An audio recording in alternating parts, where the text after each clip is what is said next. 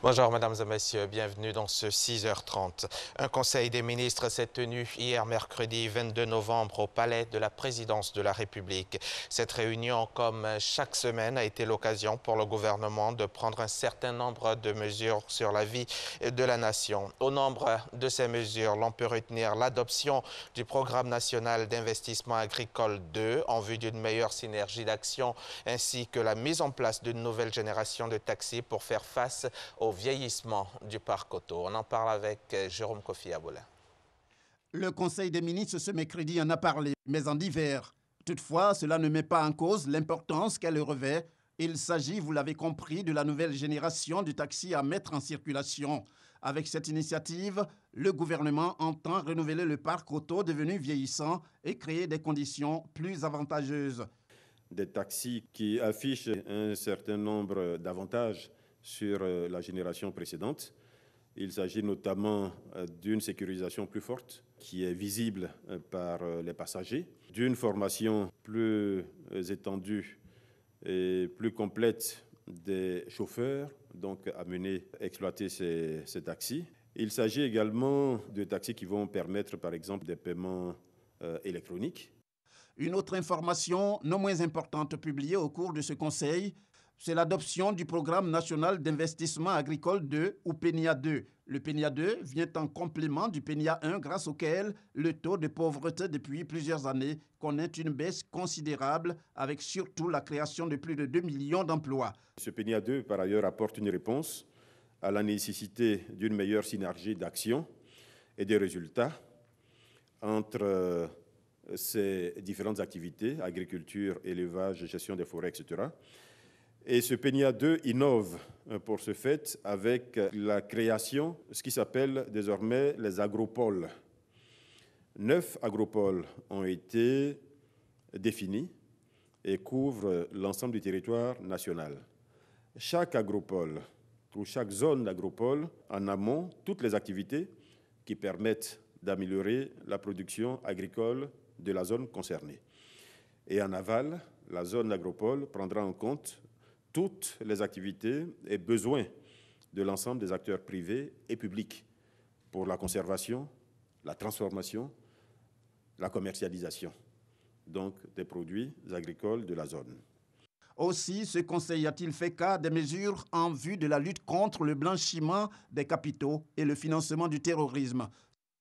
En application de la loi 2016-992 du 14 novembre 2016 relative à la lutte contre le blanchiment de capitaux, le financement du terrorisme, ce décret donne compétence au comité de coordination des politiques nationales de lutte contre le blanchiment de capitaux, le financement du terrorisme et la prolifération des armes de destruction massive, dénommé comité de coordination pour identifier, évaluer, comprendre et atténuer les risques de blanchiment de capitaux et de financement du terrorisme auxquels notre pays pourrait être exposé. À noter pour finir la situation des migrants évoquée lors du point presse consécutif à la réunion du Conseil. Les actions de l'État ivoirien jusque-là ont permis le retour de plus de 1200 migrants ressortissants de la Côte d'Ivoire qui ont connu des moments difficiles à l'étranger. Réaction du porte-parole du gouvernement, Bruno Nabagné-Koné, à une préoccupation d'un journaliste qui voulait en savoir plus quant aux mesures prises par le gouvernement ivoirien sur cette question. Vous allez le voir en image, un contingent de 166 migrants est arrivé hier soir à Abidjan sous la coordination de la Direction générale des Ivoiriens de l'extérieur. Lundi, ce sont 155 migrants ivoiriens qui avaient été accueillis par les autorités ivoiriennes à l'aéroport d'Abidjan. En moins d'une semaine, ce sont 321 migrants qui ont été rapatriés de la Libye. Le gouvernement ivoirien qui rapatrie régulièrement depuis 2015 des migrants nationaux en difficulté bénéficie de l'appui de l'OIM, l'Organisation internationale pour les migrants. Ce sont donc plus de 1400 migrants qui ont déjà bénéficié à ce jour de vols retour. La crise climatique n'est pas une épreuve de passage, elle conditionne même l'avenir. Comment lui apporter une solution durable, surtout que pour longtemps encore, les économies africaines seront dépendantes de l'agriculture. Les participants au Sahara ont fait de cette problématique le centre d'intérêt de la 7e journée du Salon de l'agriculture. Pour l'heure, nos reporters ont fait une incursion dans 3 spéculations phares de l'agriculture ivoirienne, le coton, le cacao et un vivrier, la tomate. Que fait-on depuis la survenue de cette crise climatique? Élément de réponse dans ce document signé Noël Niagno. Le coton, le cacao, 2 produits d'exportation. Un vivrier, la tomate. 3 spéculations d'importance socio-économique pour la Côte d'Ivoire. Culture annuelle, le coton tisse depuis plus d'une décennie l'économie ivoirienne. Et son impact pour le bassin cotonnier, le nord de la Côte d'Ivoire, est réel. Le coton, chez nous, représente uniquement que la vie.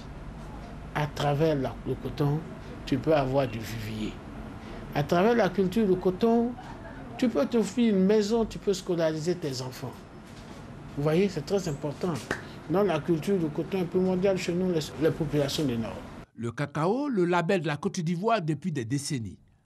Son poids économique est réel. La chute des cours en 2016-2017 a provoqué un réajustement du budget national à hauteur de 9%. La tomate, un vivrier très prisé des Ivoiriens pour les nombreuses possibilités culinaires qu'elle offre. La tomate, parce que trop de préparation que la tomate rentre dedans. Donc la tomate est très importante. Et je pense que nos docteurs, ils disent que la tomate en consommant frais, que ça donne la santé. Elle permet donc aux Ivoiriens de bien se nourrir. Pour le producteur, c'est une source de revenus significative. Si j'investis 2 millions, je m'en sors avec 5. Seulement voilà, ces 3 spéculations sont encore dépendantes de la pluie et du beau temps, quel que soit leur lieu de production.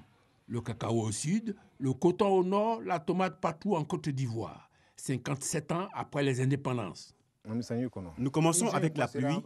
Quand elle cesse, nous arrêtons aussi. Incidence des effets du changement climatique sur ces spéculations, baisse de la production. Tenez, sur la campagne 2015-2016, la production de coton de Côte d'Ivoire a baissé, la qualité aussi. Au moment où on a besoin de la pluie ne vient pas. Au moment des récoltes, des petits capsules qu'on a eues et qui viennent de s'ouvrir, maintenant il commence à pleuvoir sur ça encore pour dégrader la valeur du coton. Le coton que j'ai en main, comme il n'y a pas plu hier nuit, elle est plus blanc que ça. Mais avec la pluie d'hier nuit, ça fait que la couleur a changé un peu. Le cacao, c'est d'abord le verger qui a souffert du changement climatique. Avec lui, la production. Avant, quand il commence à pleuvoir en juin jusqu'en octobre, il continue à pleuvoir. Mais maintenant, tu trouves que quand il pleut un peu en juin, il s'arrête. En août, il pleut un peu. Il peut s'arrêter pour attendre jusqu'à venir vers octobre, il reprend. Cette année, par exemple, depuis décembre, il a arrêté de pleuvoir jusqu'en mars. C'est en mars qu'il a commencé à pleuvoir. Donc, ce qui fait que la production a changé. Dans le cas du vivrier, c'est la poche du consommateur qui paie le lourd tribut. Nous sommes 2 personnes, je suis avec ma femme. Avec 3 000 francs, il fait le marché. Ça veut dire que si demain il y a un enfant, comment ça va devenir? En un mot commençant, le changement climatique est une menace parce que l'agriculture occupe une place de choix dans les économies africaines au sud du Sahara. Première solution durable, la modernisation de l'agriculture. La modernisation des moyens de production, la modernisation des exploitants agricoles. C'est le thème qui nous est cher et de toute façon, la Côte d'Ivoire, comme l'ensemble des pays africains, on n'a pas le choix. Si on ne va pas à la modernisation de l'agriculture avec les effets du changement climatique, notre agriculture est appelée à disparaître. Pour cette nouvelle politique agricole, il faut un nouveau type d'agriculteur. L'agriculteur devrait être celui qui regarde ce qui se passe aussi bien en aval qu'en amont de lui. En attendant l'exploitation de toutes les composantes de la modernisation de l'agriculture, des démarches communes palliatives traversent les différentes exploitations agricoles. Adapter le calendrier culturel. La recherche, elle, offre une solution durable, la production de matériel végétal résistante aux nouvelles exigences climatiques. Le changement climatique, on le sait, il se traduit particulièrement par la rareté des pluies, l'irrégularité des pluies, la longueur des saisons sèches. Et face à cela, le CNRA développe des semences, des variétés qui ont des cycles courts.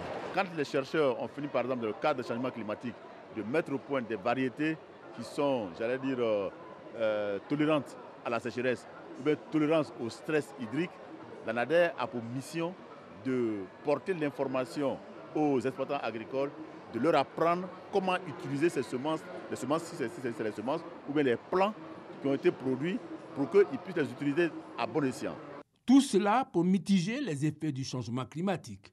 Parce que pour plus d'une décennie encore, les économies africaines seront dépendantes de l'agriculture.